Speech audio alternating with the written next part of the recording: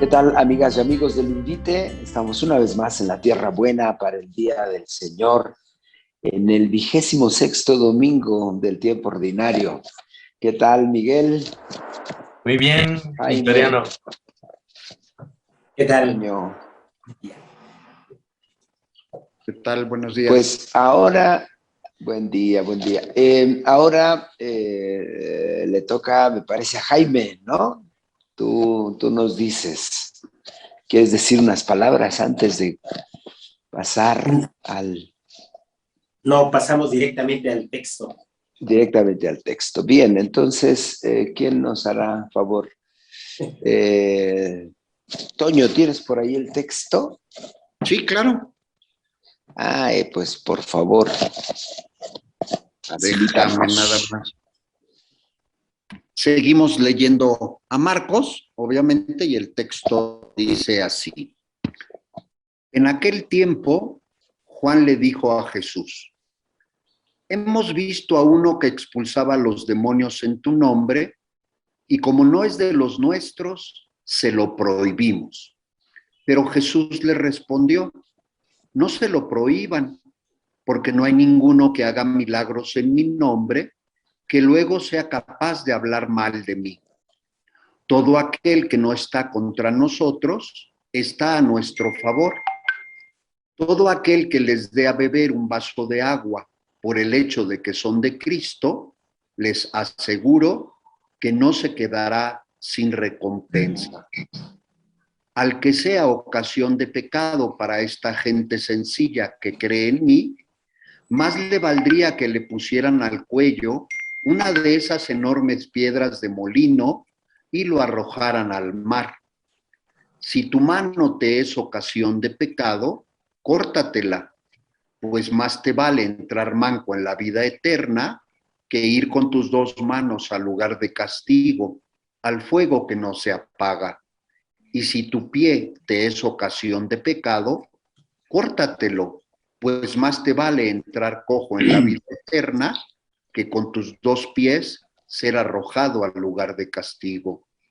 Y si tu ojo te es ocasión de pecado, sácatelo, pues más te vale entrar tuerto en el reino de Dios que ser arrojado con tus dos ojos al lugar de castigo, donde el gusano no muere y el fuego no se apaga.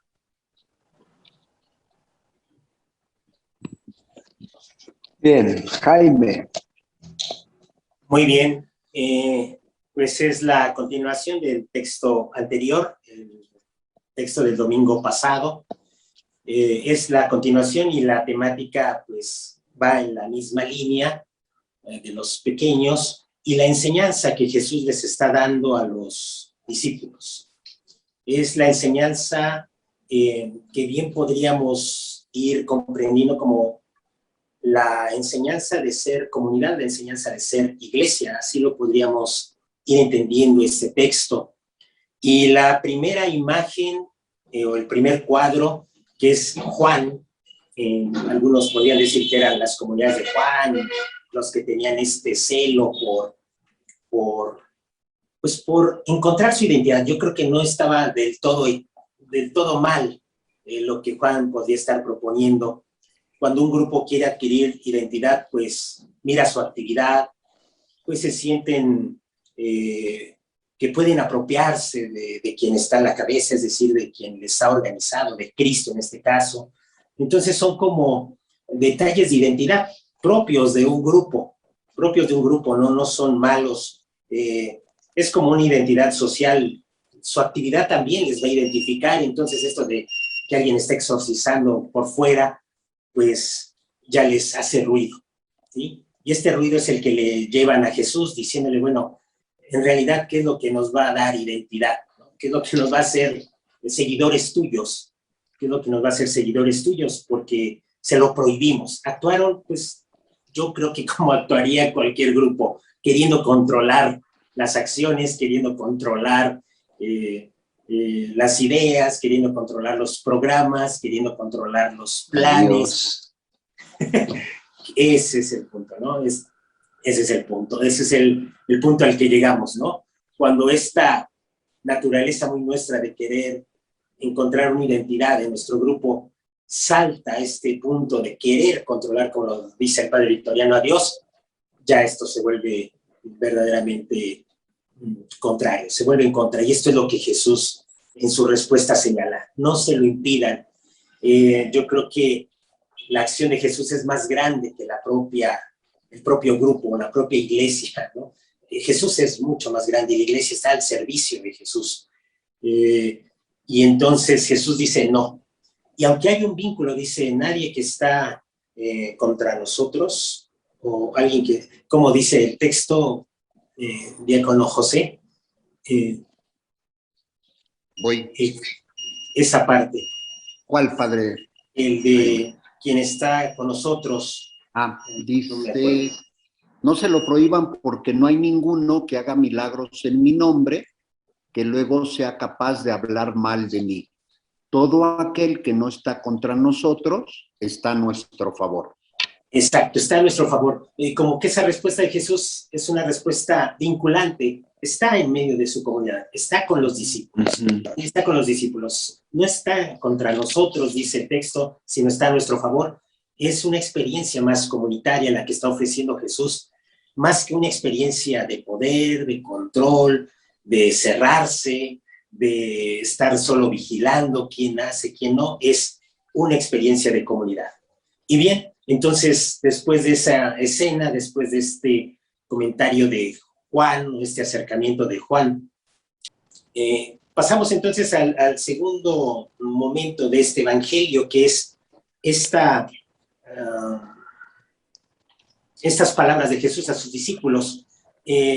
No se deben de preocupar tanto por este poder, esta jerarquización del poder, sino por no escandalizar a los pequeños. ¿Sí? Su compromiso es con los pequeños, no escandalizarlos, y ya habíamos visto, ya nos había explicado el padre Miguel en domingos anteriores, en los evangelios anteriores, qué significa escandalizar, hacer caer, ¿sí? Es hacer caer. Y bueno, en esta tónica de interpretación, hacer caer a los pequeños significa jalarlos a este ambiente de poder, de control, de autoridad, de imposición. Esto sería como hacer caer, y entonces como un fenómeno que se podría estar dando y que el Papa Francisco también lo ha señalado, esto de ir clericalizando a los fieles, de volverlos con poder, y luego entre clérigos y fieles ya clericalizados, pues también llega a haber conflictos de poder, de manera que hemos escandalizado, hemos jalado. En ese punto se podría interpretar este dato del escándalo. No escandalicen a los pequeños. Si alguien escandaliza a estos pequeños, más les valdría amarrarse una piedra de molino y echarse al agua. ¿Qué es en lo que se debe de fijar entonces el discípulo, el que va siguiendo a Jesús? Los que vamos siguiendo a Jesús, entonces debemos de centrarnos en esta purificación interior, que yo así lo vería, todo esto de si tu ojo es cuestión de pecado, arráncatelo, si tu mano, si tu pie, son acciones que mirando nuestro interior necesitaríamos ir purificando, ir quitando todo aquello que pudiera estarnos siempre jalando, tendiendo hacia estas ansias pues del poder, hacia estas ansias del control, hacia estas ansias de la autoridad impositiva. Creo que es necesario la mano, el ojo, el pie.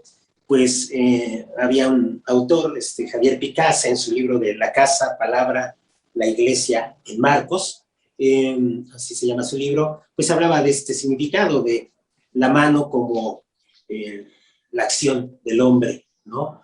El pie como el caminar y los ojos como los que desean, sí, creo que sí, los que miran, los que nos abren el mundo.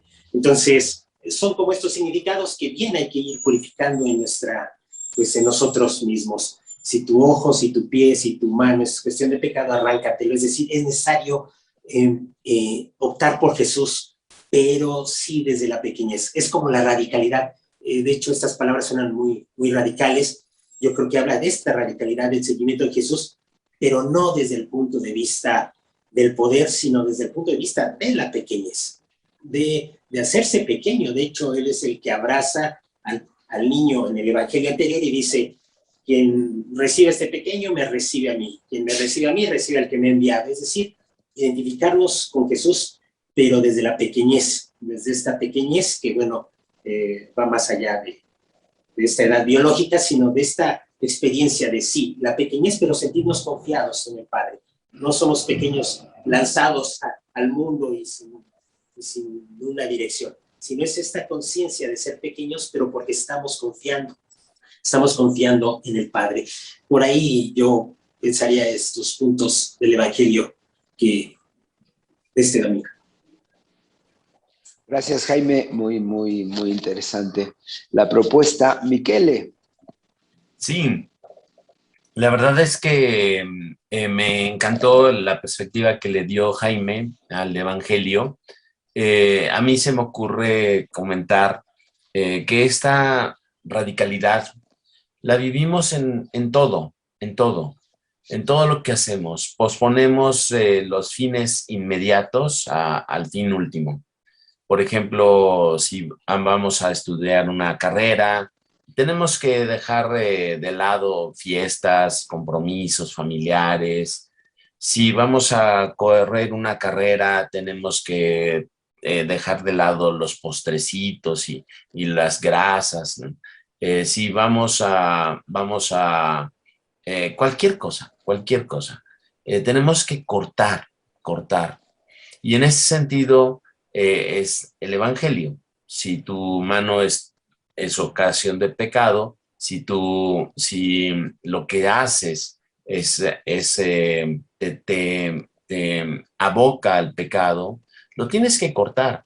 No es que literalmente los cristianos tengamos que cortarnos las manos y los pies, porque pues así pues estaríamos todos cojos, ciegos y mudos y mancos, ¿no? Porque pues no nos sale, no nos sale la santidad. Pero la verdad es que hay que posponer los fines inmediatos a la construcción del reino de Dios, a la vivencia del reino de Dios. Y a mí me parece muy claro la perspectiva que le da Jaime de los pequeños. Los pequeños sí saben tener una mirada confiada, ¿no? Una mirada confiada que la pospuesta de ciertas cosas no va a quedar en el vacío. Cuando le decimos al niño, no te comas las papas ahorita, sino después de la comida, y el niño que obedece, pues tiene la comida, el alimento y las papas después. Entonces, si uno no obedece, se llena uno de papas y pues ya el alimento sale sobrando, el alimento que podría ser útil para la vida, útil para el pensamiento, para el crecimiento, sale sobrando. Entonces, este mocharse de cosas no significa ser muchos. No significa ser muchos y que no vemos, no oímos, toda la vida es una ascesis permanente, ¿no? No, es ordenar nuestra vida a un fin superior. Y entonces, pues ya con esto, ya me alegra mucho escuchar esto, ¿no? Me alegra mucho el Evangelio, cosa que me podría parecer frustrante, un Evangelio muy difícil, un Evangelio de recorte a mi persona, de incompletez, ¿no? Pues al contrario, es un evangelio que nos completa, que nos hace que nuestra vida sea plena, porque pues los medallistas de las Olimpiadas, ¿cuántas, reuniones familiares no pudieron estar? Uh-huh. En cuántas comidas no pudieron comer lo que se les proporcionaba y a cuántas amistades y cuántas horas de trabajo Y por supuesto que cuando ganan la medalla de la carrera o del levantamiento de pesas, todo esto adquiere sentido, adquiere sentido. La felicidad que nos da el reino hace que todas las privaciones o los moches, vamos a decirlo así, sean con una orientación de vida, ¿no?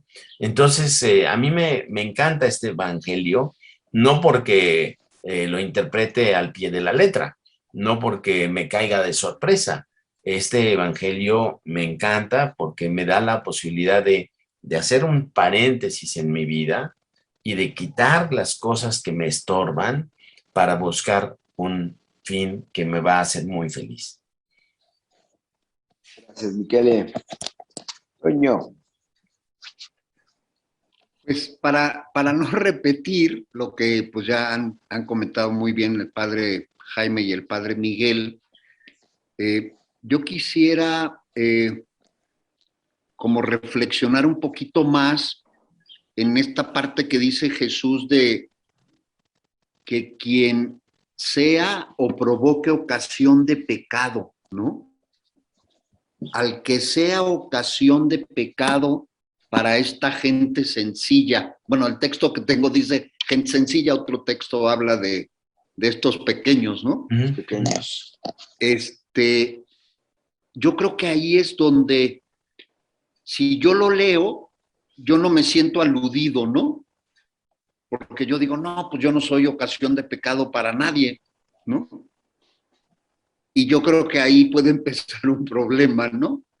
Yo creo que nosotros, los que creemos en Cristo y trabajamos en un ambiente en donde la mayoría, por no decir todos, son gente sencilla que creen en Cristo, yo creo que ahí tenemos una gran responsabilidad, porque quizás con varias de nuestras acciones, en algún momento podríamos ser ocasión de pecado, ¿no?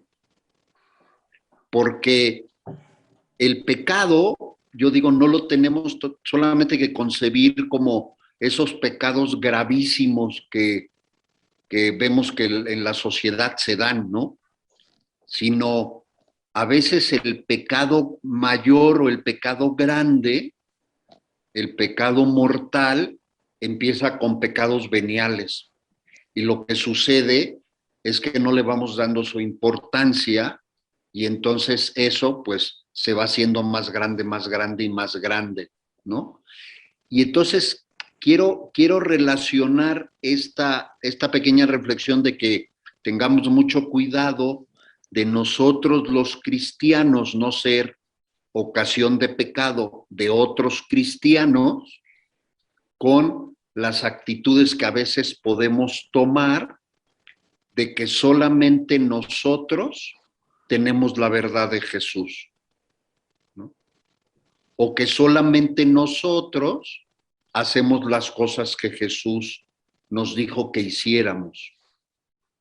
Y con esas actitudes a veces provocamos rupturas, separaciones, alejamiento de personas que estaban genuinamente trabajando y entregadas, y por cierto tipo de situaciones que suceden, somos ocasión de que se alejen. Somos ocasión de que duden. Somos ocasión de que tengan conflictos, a veces innecesarios, por ese tipo de actitudes, ¿no? Entonces yo creo que vale la pena pues que reflexionemos también nosotros y que digamos, yo con mi vida, en lugar de ser o de poder provocar ocasión de pecado, debería de provocar ocasión de amor y provocar esa predisposición al amor más que a la falta de amor, que eso es el pecado, ¿no? Por ahí iría mi breve reflexión, ¿no? Gracias, Toño. Y fíjate que subrayando esto que dices, efectivamente es la condición para la construcción de la unidad, ¿no? Porque justamente si yo parto de la convicción de que la única verdad posible es la que yo llevo, la que yo digo o la de acuerdo a la que yo me comporto sin ni siquiera dudar, pues es un gran problema porque efectivamente no se hace posible la unidad en la iglesia. A nivel comunitario y luego pues a nivel macro pues ya lo vemos todo el tiempo y todos los días, ¿no? Efectivamente.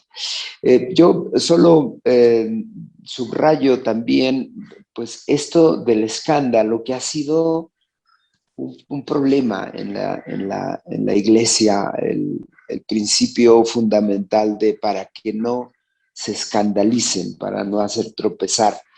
Obviamente a los pequeños, diríamos, a los neófitos, a los que están en el camino de robustecer su propia fe, los que necesitan hacer un camino. Efectivamente, yo creo que todos necesitamos hacerlo, ¿no? Obviamente hay como situaciones de comienzo o de mayor fragilidad. Pero este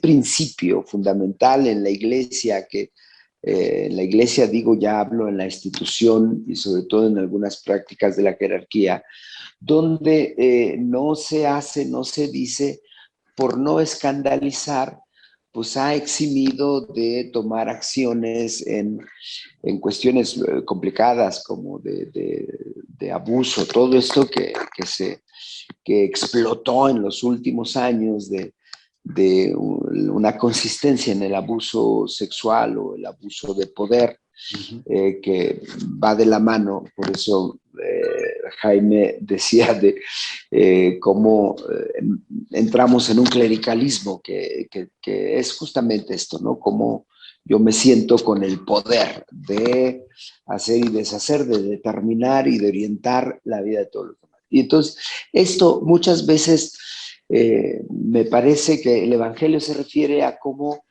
estas acciones y estas tomas de posición no permiten que la comunidad se vaya desarrollando, ¿no? Los pequeños, justamente, esos que tantas veces están confiados, nosotros como pastores, bueno, qué barbaridad, ¿no? A mayor razón, ¿no? Pero digo, en general, el bautizado, pues, está llamado a conducirse.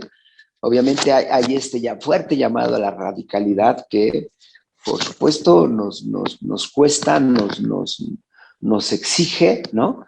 Pero que pues necesitamos irnos conduciendo pues hacia allá. Entonces, lo que quiero subrayar es cómo estar atentos a por no justificar el no escándalo, o justificando por no actitudes o acciones que no deben existir en la comunidad y que no se dicen, no se evidencian, no se hablan por no escandalizar, ¿no? Y entonces creo yo que es también una exigencia de esta misma radicalidad, donde pues si hay que podar, pues hay que podar, ¿no?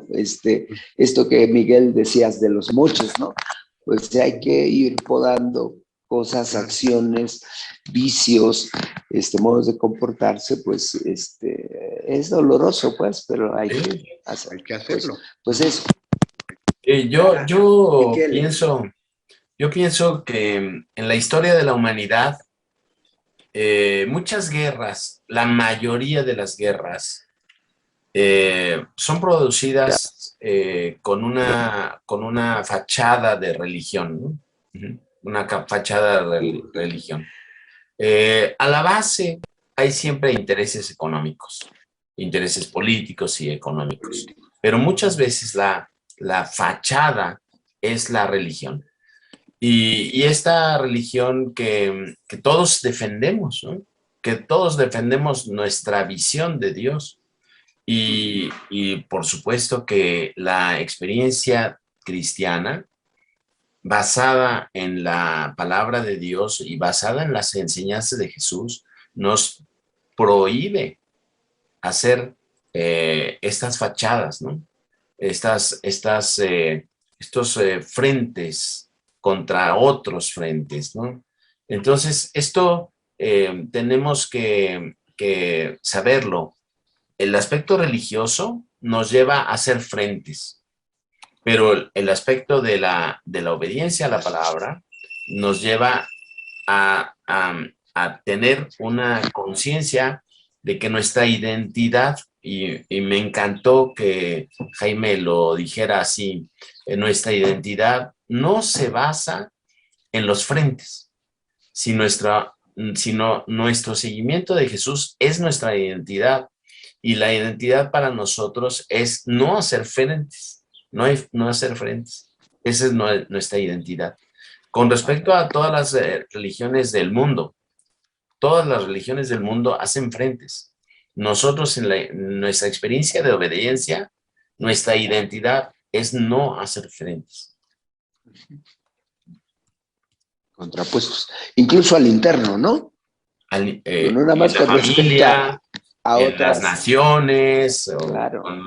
con respecto al Islam o el judaísmo, al teísmo, los de O a la vela derecha, los de perpetua. izquierda, Ajá. los blanquitos, los morenitos, los fifís y los chairos. Bien, gracias, Michele. ¿Alguien quiere aportar algo más? No, yo creo que ya.